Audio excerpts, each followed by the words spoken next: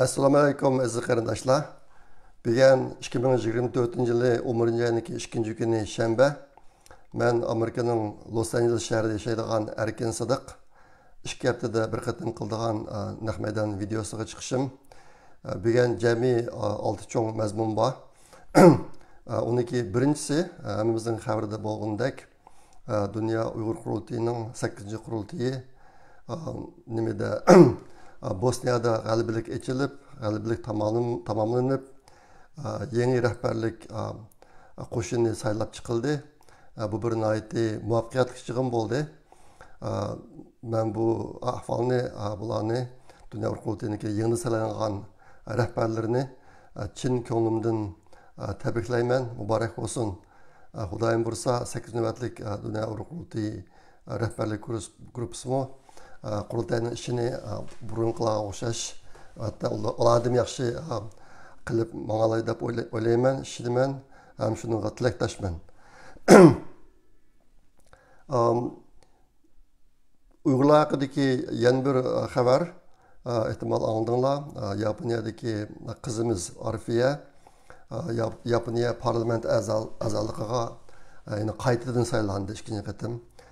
Bu bir nayte müşkül bir iş ameliyatda. Müştaşlı kıpakala bildi. Arfiya kızımız Uygur kızı Japonlukla dünyadaki en milletlerindeki birisi. Japonluk Germanlık diyendek. Bunun içinde bu Uygur'undaki hayat kılıp parlament azalarına saylanışı bu asan iş emez. Bu kızımız bu kadını bu işini intayın muvaffaqiyatli yapmadı. Mübarek olsun. Yaqında chet elda chiqqan Uyg'urlar haqidagi yana bir narsa Yevropaniki xos shaharligini bilmadim. Bir donliq kiyim sotadigan do'konning ichida chet ellik yoshlar taxtaylarga xat yozib Uyg'ur irqiy qirg'inchiligi natijasi Uyg'ur irqiy qirg'inchiligi orqali tikilgan bu kiyimlarni olmanglar degandek bir do'konchida o'z-o'ziga minib Mesela teşkilatlarını kıptıken bunun ünümü intayın isli oldu. Bunu teşkil edilen çok Uygurlarımı bağda oyladım. Paris mümkün bu. İşkılıp ünüm bek yaxşı oldu. Ben nayet hoşal oldum. Dünyaya halkı. Indeyimiz nurgun kişiler var. Haber mesela kömeydi. Uygurlarga neymiş bu alanı bilmeydi. Lakin dükkanға işte kıymet kiyimlerini ağıl keygenler mahvalını görse onlara çok katı tesir kılırdı da oylayayım hemen. Şuna bu işinki ünümü yaxşı oldu deb o'ylayman. Endi ikinci mazmun vatan haqida yaqinda vatan haqida kelayotgan xabarlarning ichida, videolarning ichida shu Uyg'ur yoshlariniki so'zlayotgan ko'rinishlari bor. Endi biror masala to'liq so'zlagan Uyg'ur yoshlariniki tilining so'zining yerimi Uyg'urcha, yerimi Xitoycha intayın yuqori darajada avjash bo'lib ketibdi. Hech qanday farqlanadigan ish yo'q. Ba'zi so'zni Uyg'urcha, ba'zi so'zlarni inglizchalab. Andan keyin yana ko'proq kelayotgan videolar, yaqinda chiqayotgan videolar. Uyg'ur qizlariniki Xitoy erlariga to'y qilish bilan munosabatli ishlar biroq chiqyotdi. Bir videoda Uyg'ur qizi bir Xitoyga tegib ishga bog'liq, Xitoy o'lkasiga bog'liq 3 yil bo'ldi. Hech qanday Uyg'ur tamoqlarni yeb baxmabdi, bek sig'inibdi. Kebab narsani yemabdi, yeb baxmabdi. Yeri pat-pat Xitoylarniki o'ltirishlarga olib ekan, ammo u yerga tamoqlarni yemaydi ekan, yemay qaytib kelsa, yer xap bo'ldi ekan, nimishqa xalqlarning hurmatini qilib chaqirsa tamoq yemaysan degandek. Bunda ahvolmi bor? Buni butunlay qarama-qarshi ahvolni ko'rdim men. Ba'zi Xitoy, ba'zi Uyg'ur qizlari, Xitoyga tekan Uyg'ur qizlari o'ziniki cho'shqa go'shti yeydiganligi Ondan naydi paqırdıqanlığını deb video çıqırıbdı. Nime yeni çıqqan sanat videoları mı Uygurca, Xitaycha sözler intayın alışıp ketken. Acayip bir kısımlar bir narsa bo'g'iltiribdi hozir. Burunqiga qattiq o'xshamaydi.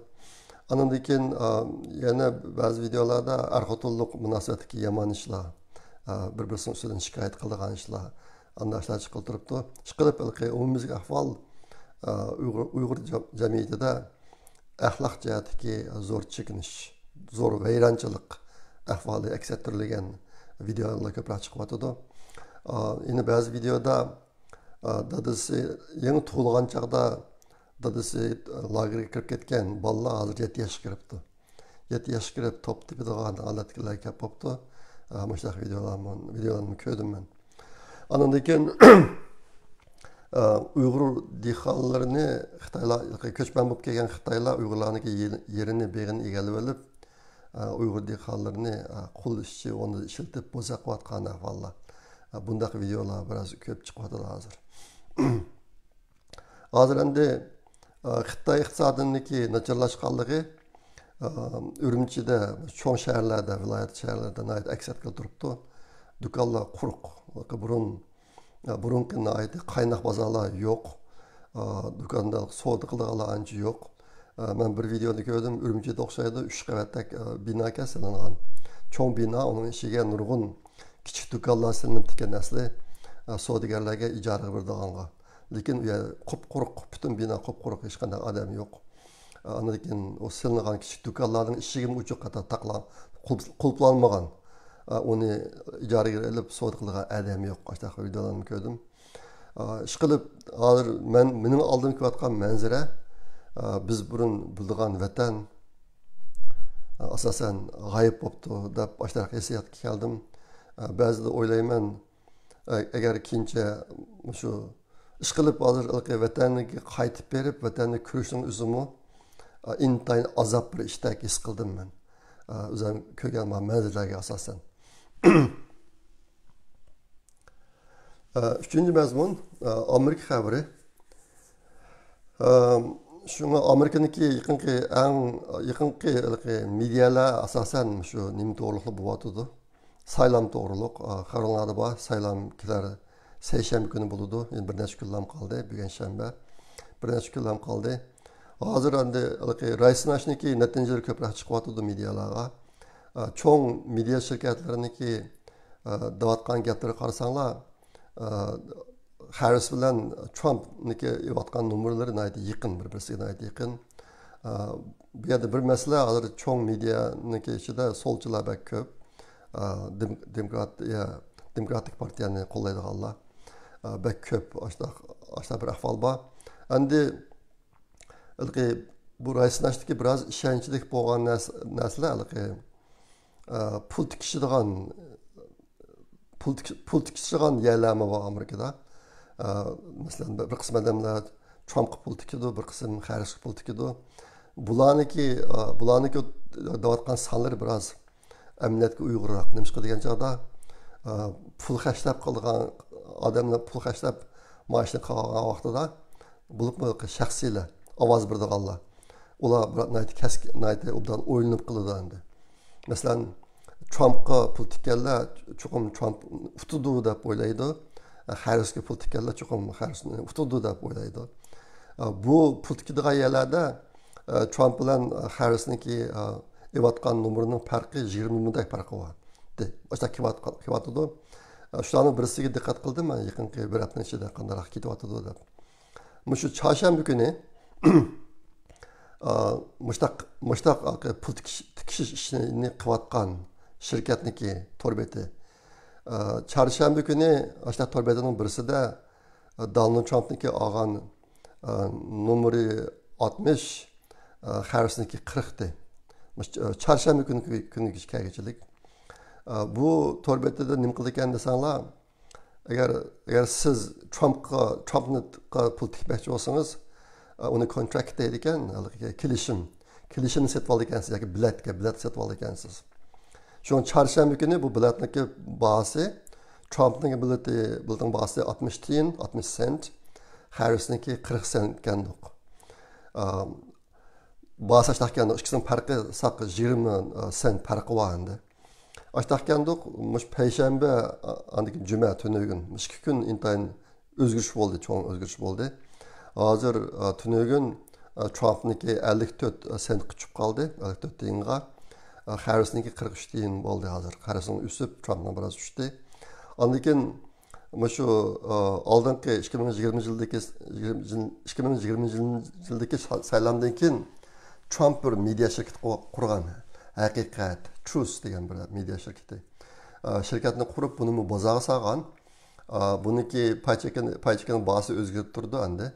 Ağırlıkta bir 48 dolarlarga çıkıp, keyin çüp kitip, yaqında bir 16-17 dolar, 18 dolarga çüp qalgan bir ayının aldıda.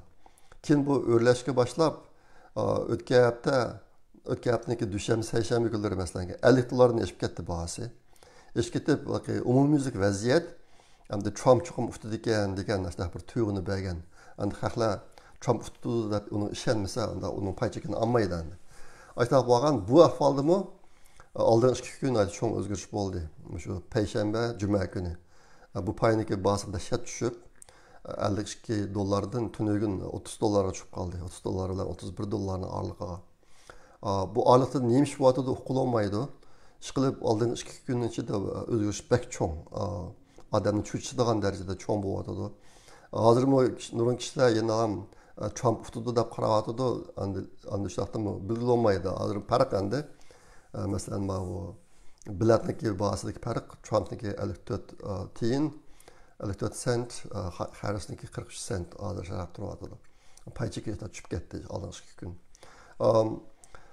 Bu yillik saylamda Cumhuriyetçiler saylamda suiqasd qilmasin deb naiti yoki Amerika hukumat qildimi ish qilib bu yil naitjah pul chiqarib kim Elon Muskni qilyotdi bu ishni saylamniki adil bo'lishiga kafolat qilish uchun nurg'un tadbirlar qo'llanildi. Ashtaq bo'lsa-mu bir qism voqealar yuz beryapti hozir yuz berishga boshladi. Uni konkretni demayman, ko'ngilni g'ash qiladigan narsalar. Uniki zodi saylamda qancha ta'sir ko'rsatdi qilolmaydi, lekin bir qism ishlar yuz beryapti hozir. Tunugim bir nöküm Michigan degan shtatdagi bir Xitoy o'quvchi qo'lga olindi. Bu Xitoy o'quvchi Xitoy grajdani ekan, Amerikaga o'qishga kelgan 19 yoshlik F1 viza o'qiyotgan Xitoyga. Bumi men Amerikaniki grajdani deb o'zining o'quvchi kinishkasini ko'rsatib, bilet iltimos qilsa biletni o'rgatib beribdi. Bilet tashlagan biletni. Shunga bu uni to'ldirib tashlabdi biletni. Tashlab bo'lib keyin o'qsa, grajdan bo'lmasa, grajdan bo'lmay bilet tashlasa bu bir qonunsizlik, ig'ir jazo berilgan qonunsizlik ish bo'lgan ekan, shuni anglab qo'rqib bu. Men biletimni qaytarib olay deb hukumatlar aloqalashib ekan, hukumat shuning bilan bilib qopti buni. Endi bu voqea nimani ko'rsatdi desa, demak Amerikada hozir grajdan emas kishilarmi bilet tashlay oladi ekan. İşte yo'l chiqib ekan, mana bir misol endi. Yaqinqi 2-3 yilning mobaynida Amerikaga 10 milliondan ko'p qonunsiz ko'chmanlar kirdi Meksiko chegaralaridan endi. Endi mushlandimi bilet tashlaganlar qancha odam bilet tashladi uqilolmaydi. Ishqilib saylamda bilet tashlashda bir qism qalamqanchiq bor. Amerikan sistemasi yana ojiz ekan, mana grajdan emas odam bilet tashlalar ekan. Kaliforniyada hatta bilet tashlagan vaqtida kimligini talab qilmaydigan bir xil qonun chiqadi yaqinda. Bu bir dunyodagi har qanday odam bu gapni olsa kuladi. Nima desa, Amerikada nurg'un yerlar bor. Kimligini talab qiladi. Masalan, agar siz bir do'kon kirib tamaki, aroq olmoqchi bo'lsangiz, kimligingizni ko'rsatishingiz kerak. Sababi 18 yaşdan küçük balla alanmaydı. Tamaka, arak alanmaydı. Maşinaydasınız şoplık gidişiniz buluş gerek. Nurgun yala var sizden kimlik talep kıldığın. Ama bilet taşlagan çağda kimlik talep kılmaydıgan bir kanun çıkardı Kaliforniyada. Maşta acayip işler bu vatıda. Dünya buzlu vatıda kıskısı. Şuna miniki müşkettim kısaylamda en ensireydiğen dersem Amerika nega manga bundan keyin qaysi darajada buziladi degan bir cho'ng andisha bor. Amerika dunyoning mashali adolatparvarlikniki bayrog'i. Amerikadagi bir kuchli adolatparvar davlat mavjud bo'lib turishi kerak bu dunyoda. Agar undaq bo'lmasa, bu dunyo biz keyinchi tunayolmaydigan bir narsaga o'zgarib ketadi, men shunday o'ylayman. Shunga meniki boshlig'i bir ko'ngil bo'lishimga sabab shu. Amerika to'g'ri yo'lga mos bo'ldi. o'zini o'ngishchisi bo'ldi deydigan bir orzuyim bor endi. Bu boshqa maoshlarga bak ko'ngil bilmayman. Shu maoshlarni sizlarga deb qo'ygim keldi. 4-cü məzmun xalqara xəbər. Xalqara xəbərdə ehtimal anladığınlar yaqında Xi Jinping degan jallat Rusiyaga bordi. Bir yig'in qatnashish uchun. Ondan keyin Rusiyadami amaldorlar oqaqidan Xitoyga kelyotdi. Asosiyatan hozir shu yordam talab qilib, ashtaq bir savollar bilan munosabat qilishyapti deb o'ylayman.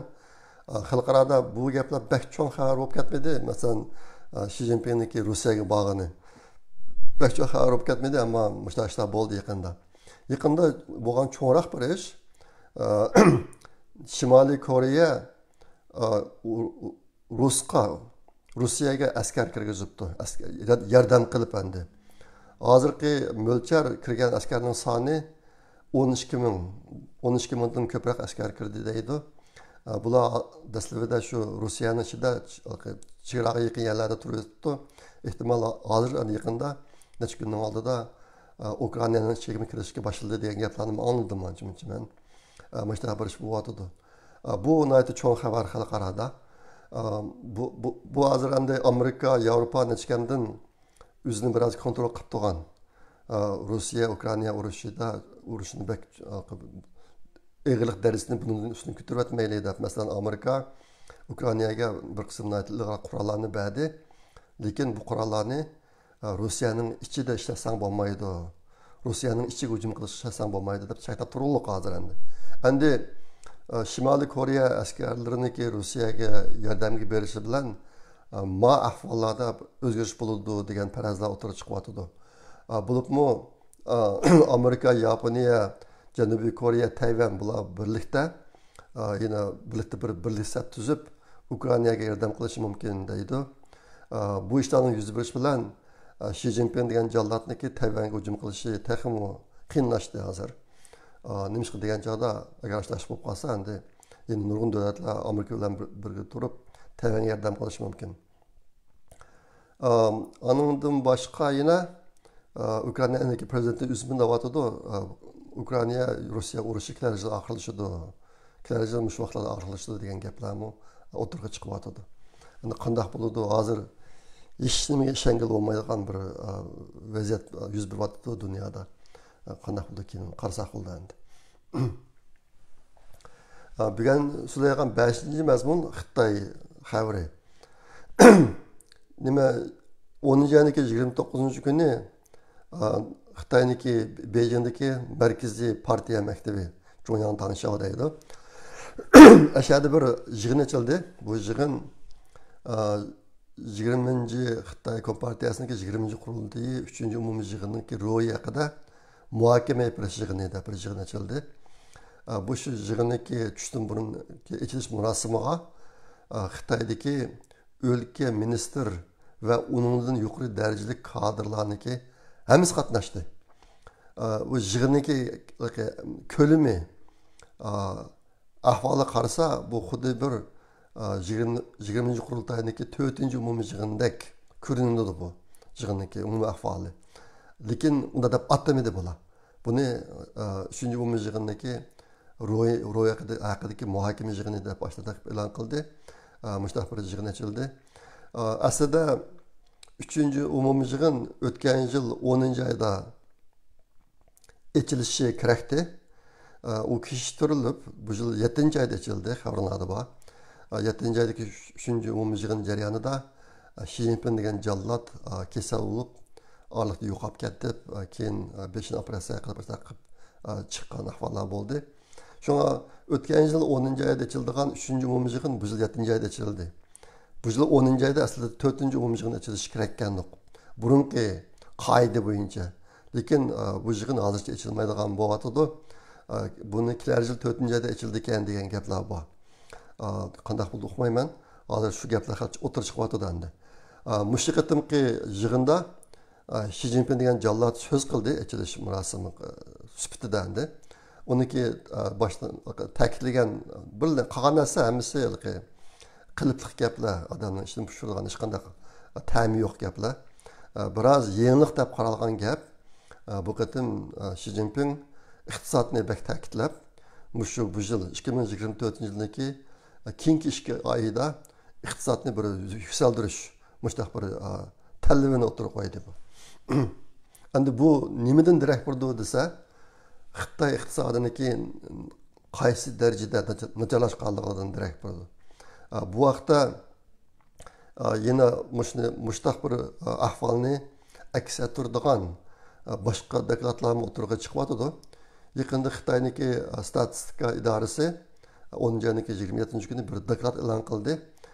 Bu dokladda deyishicha Xitoydagi yillik savdosi 20 milliondan oshadigan shirkatlarning bu yil 1-oydan 9-oygacha bo'lgan oraliqdagi foydasi 3,5% tövellep ketken. Paydası 3 emas 3,5% tövellep ketken 1-oydan 9-oygachilik. 20 milyon yuan yoki undan yuqori savdo qilgan shirkatlarniki. Bo'libmi buning ichidagi 9-oydagi foydaniki tövənlishi 8-oyga qaraganda 27,1% bo'lgan. 9-oydagi tövənlash. Bu bir intayin odamni cho'chitadigan ahvol. Xitoy iqtisodida hozir qaysi darajada tuvalash bo'yotidi deganligidan darak beradi. Bu yil 9-oyda Amerikadagi bir cho'ng bank bor, Morgan Stanley degan. Morgan meni o'g'lim ishlagan u yerda necha yil. Morgan Stanley degan shu cho'ng iqtisodiy shirkat endi, mablag' shirkati. Bu shirkat bir Xitoyniki ijtimoiy harakat ko'rsatkichi degan shu ko'rsatkich haqida bir doklad e'lon qilgan 9-oyda. Shu dokladda deyishicha, hozir Xitoy iqtisodi oldingi 10 yilning ichidagi eng tuvan darajaga tushib qoldi deydi. Oldingi 10 yilning ichidagi eng tuvan darajaga tushib qoldi deydi. Har qatim işte iqtisodda Xitoy iqtisodidan cho'ng tuvanlash bo'lib kelsa, Xi Jinping bir qism tadbirlarni o'tirib chiqirdi endi. Masalan, mushtaq tadbirni oldin qatim 2015-yilda bir qatim chiqargan. O chaqda Xitoyniki paychak bozorida intayin zo'r tuvanlab ketish yuz berib, paychak ko'rsatkichi 5000 dan 3000 uchib qolgan. Qisqa vaqt ichida. Ashta vaqtda Xi Jinping bir qatim tadbir qo'llangan. Ikkinchi qatim 2022-yilda Xi Jinping'niki karantin qilish siyosati tufaylidan bütün şirketler işten to'xtab ketib, iqtisod qattiq tushib ketib, ondan keyin Xitoyda oq qog'oz harakati boshlanib, ashtamolar Xi Jinping qattiq cho'chib, tuyuqsizlam 180 gradus o'zgarib, bütün karantinni amaldan qoldirib, xalqlarni sirtqa qo'yib etdi. Ashtamolar nurg'un odamlar o'ldi, xabarlarda bor. Jasad ko'taradigan yerlar yetishemeye kalan ahvali bo'ldi. Shu chaqda Xi Jinpingning qo'llangan tadbiri karantinni amaldan qoldirish. Endi yaqindami bu yil 9-oydami 1 trillion yuanga yaqin pulni chiqarib, stok olgan paychaklarni, shirkatlarni o'zining paychakini setib olishga rag'batlantirib, boshqa bir ishlarni qildi. Bu yerdagi maqsad nihoyatda tez suratda chiqib ketib qolgan paychakniki bahosini kontrol qilish.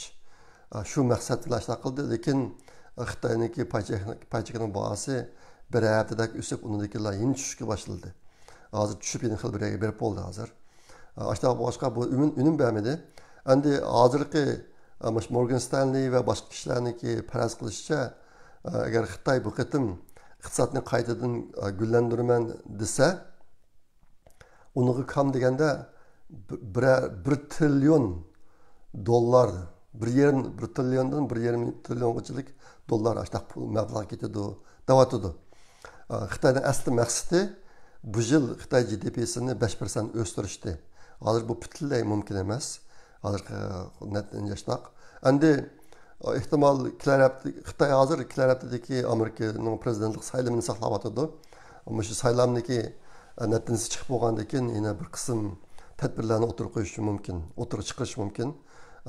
Endi bu tadbirlar chuqum kam deganda 1 trillion dollar yoki undan ko'p pulni o'tirib tashlab turib ep berish mumkin. Lekin hozir kishilarniki da'vatga o'tirib chiqayotgan qo'yayotgan farzi bu da qismi Xitoy iqtisodini o'nglamaydi deydi. Yenilam Xitoy iqtisodi vayron bo'lishga qarab ketaverdi deydi.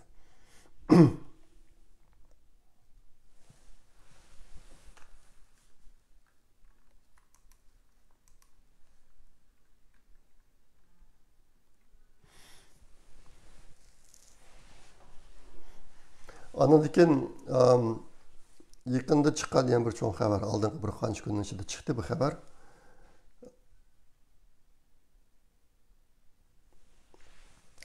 Xitoyniki bir Jurongji degan bir zonasi boshbaqani bor, ehtimol qislan.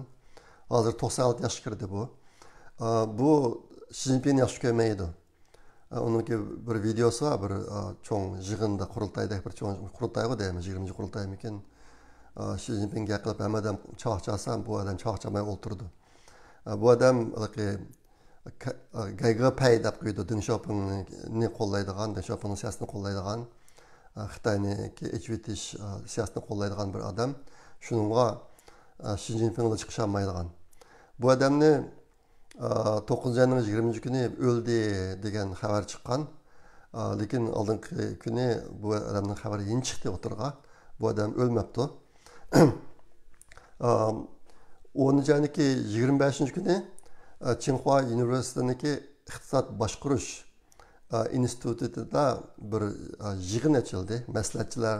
Maslahatchilar komiteti yig'inida bular har yilda bir qatim yig'in ochar ekan. Bu Tsinghua Üniversitesi İqtisodni boshqarish maslahatchilar komiteti degan bu intan kuchli bir tashkilot ekan bu. Har yili mana bir yig'in ochar ekan. Bu tashkilotda chet eldanmi odamlar bor. Masalan, Amerikadanmi 6 adam bor deydi, Amerikadan borgan. Uniki 62-niki boshlig'i masalan Tim Cook degan adam qatorliq. Andikin Amerika'nınki burunki iqtisod ministri aşağı degandek adamlar bor bu komitetning ichida. Şoň bak dunyoda ta'siri cho'ng, nihoyatda jiddiy muomala qilingan bir tashkilot ekan bu. 10-25 kuni shu yig'in echilibdi Tsinghua Universitetida. Echilganda Jurongji o'zi bormay shu Tsinghua Universitetidagi prezidentiga o'ziga vakolatan tabrik so'zi so'zlashni o'rlashtiribdi. Jurongji shu komitetniki faxriy raisiga, iqtisodni boshqarish komitetiniki faxriy raisi, shu o'zi so'zlamay maktab prezidentini o'ziga vakolatan tabrik so'zi so'zlashga o'rlashtiribdi. Undan boshqa bu odam mushqitim o faxriy raislik vazifasidan tushib o'rniga Wang Qishan degan Xitoyni chiqiribdi. Wang Qishan degan Xitoy aslida Kuomintang harbiy generallarındaki o'g'li bu. Xitoylik emas bu, Tayvanlik. Lekin bu qandaqdikin Xitoyda o'sib Fuzongli, Maozongli qatorliq vazifani o'tagan. Buning bir ta'siri kuchli odam, iqtisodga yomon bu odam, iqtisodiy narsalarga. Bu odam Xi Jinping taxtga chiqqandan keyin unga yordamlashib Xi Jinping'dagi do'stlarini Paridi degan iqtisodiy jihatdan Paridi degan bahona bilan Xi Jinping'ning dushmanlarini tutib sulashda cho'ng to'pisi bor bu odamniki. Ashtaq turibmi Xi Jinping yaqin bu odamni uyda uyga uslab qo'ygan bu odamni. Xalqancha u bu yerga borolmaydigan qilib ranjin deydi Xitoycha. Ashtaq qilib qo'ygan. Şuna bu adamı yakında yo'qolgan, siyasi sahnada yo'qolgan adam. Lekin vaqtim Jurongji buni o'zining o'rniga faxriy rais qilib chiqadi. Demak, Xitoyniki mushtaq uygusullik turayotgan pishqadam rahbarlardan 2 adam hozir uydan chiqdi degan gap. Bu Xi Jinping'niki siyosadagi yangilik bo'lishi mumkin deb deyilyotdi. Nimishqi degan chog'da hozir iqtisod qat'iy bo'lmagan ekan, birisi biroz ishni ichib o'tish tarafiga yuzlanib, yana birisi mushtaq iqtisodni biladigan burun cho'ng ishlarni qilib bergan odamlarni dastlabki suhbatdan chiqarib bularni ish qilish yo'lini tutayotgan o'xshaydi degan farazlar o'tirib chiqyotdi. Ikkinchi mushaqda gaplar ko'p. Endi Xitoydagi yana bir yuzlanish, men buni o'tgan sizlarga dedim. Xi Jinping o'zininki harbiy huquqidan butunlay ayrilib qolgandek ko'rinyapti hozir. Yaqinda Zhang Yongsha degan Xitoy, o'tganda Zhang Yongshani gapini sizlarga deb berdim. Junveyniki muavin raisi, harbiy komitetniki muavin raisi, harbiy komitetniki rasmiy raisini qo'lga ketdi. U odam yo'q. Muavin raisi. Bu odam yaqinda Xi Jinping Rossiyaga ketgan vaqtida Vyetnamga ziyoratga bordi. Zhang Yongsha degani. Vyetnamga ziyoratga borgan Vyetnam hukumati Zhang Yongshani intayin dag'dug'lik kutib oldi. Prezidenti, zunglisi, partiya sekretari degan hammasi chiqib kutib, bu odamni xuddi ayni vaqtda Xi Jinpingni kutgandan cho'ngroq kutib, ashtaashlarni qilib ketdi. Endi ko'rinishda xuddi Zhang Yongsha Xitoy davlatiniki birinchi qo'l boshlig'idek mushtaq bir tuyg'uni berdi dunyoga. Mushtaq bir ish yuz berdi. Andan keyin hozir yaqinda Xitoyniki shu yig'inlarda burun nim bo'lsa Xi Jinpingning ideyasi, Xi Jinpingning yetakchiligi, Xi Jinpingning yadroligi degan gaplar, Xi Jinping degan gapdan boshlanmayotgan gaplar yo'qdi Xitoyda. Hozir bular asosan yo'q edi. Ozlab ketibdi, yo'qolib ketibdi. Ani Xi Jinpingniki gazet, televizor yerlarga chiqishimi zo'r darajada ozib mengetibdi hozir. Shunga kishilar deydi, garchi e'lon qilinmagan bo'lsa-mu, Xi Jinping hozir o'zininki harbiy huquqidan butunlay ayrilib qoldi deyotdi. Andan keyin yaqinqi shu bo'layotgan yuzinishlarga asosan hozir yangidan chiqayotgan faraz Xitoy Kompartiya hokimiyati kelar yil tarqalishi mumkin. Jason degan gapni ishlatyapti Xitoycha. Tarqalishi mumkin deydi. Andan keyin kelar yil Xitoyniki 20 qurultayı 4-cü umumiy yig'ini ochilsa, ehtimol Xi Jinping vazifasini qilib qilish mumkin degan mushtaq faraz motor chiqyapti. Mushtaq umumiy yig'inlarda vazifadan qoldirish ishlari bo'ldi ekan. Ayni vaqtda Mao Zedongning davridami shu 50-yili cho'ng ocharchilik bo'lib, Xitoydan necha 10 million odamlar o'lib qolgandan keyin, ashtaq bir umumiy yig'inda Mao Zedong ikkinchi safga o'tibdi ekan. Liu Shaoqi'ni chiqarib o'zi ikkinchi safga o'tibdi ekan. Mushta ishlar umumiy yig'inda yuz bergan ekan endi. Ashta boshqa bir bo'lsa kelar yildagi 20-qurultay 4-chi umumiy yig'inda Xi Jinping ikkinchi safga chiqishi mumkin degan faraz motorga chiqyapti.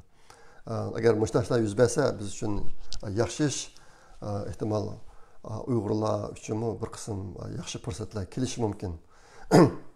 Har holda hozir mesela paranlar küçüyotudu. Özünki çamısı edidigan, müştet izlenişini halaydigan qarindoshlar, agar Xitoy hukumati ag'darilsa, Kompartiya hukumati ag'darilsa, Uyg'urlar o'ziga bo'lgan ziyonni qanday to'ldirish kerak? Qanday ishlarni qilish kerak? Chet elda qanday ishlarni qilish kerak? Xitoyda qanday ishlarni qilish kerak? Mush yoqda o'ynashni boshlagan yaxshi. Hozir nimishqa deganda menda paranlar bo'lyotdi, bu chuqur bo'ludi degan gap emas. Lekin mana bir yuzinish bor. Ashta bo'lgandan keyin Uyg'urlarmi biroz bu jihatda tayyorlik qilishga boshlagani yaxshi. Bu jihatda dunyo Uyg'ur qurultayimi buni nihoyatda muhim o'ringa qo'yib turib qilgan yaxshi deb o'ylayman. Bugungi so'ragan 6-mazmun, oxirgi mazmun Uyg'ur Project fondining xabari. Ehtimol ko'rgansizlar, yaqinda shu 9-oyda İstanbulda açılgan İstanbulda 20 liseya degan faoliyatda tarqatgan 6 kitobniki hammasının ilk kitap nusxasi yoki PDF nusxasini biz torlarga chiqarib atdik. Ulardagi adresini men futurliq Facebook'larga chiqarib qo'ydim. Shu yerdan topalasizlar, WhatsApp grupplaridan tarqatdim. Bu kitobning o'zini o'ziga erishamagan qarindoshlar PDF nusxasidan foydalansanlar bo'ladi. Bu haqsiz. Bizniki Uyg'ur Project fondidagi torbada bor. Bo'ladi. Bugungi tayyorlagan mazmunim shunchalik. Qilar qatim ko'rishga omon bo'linglar. Xayr xo'sh, Allohga omonat.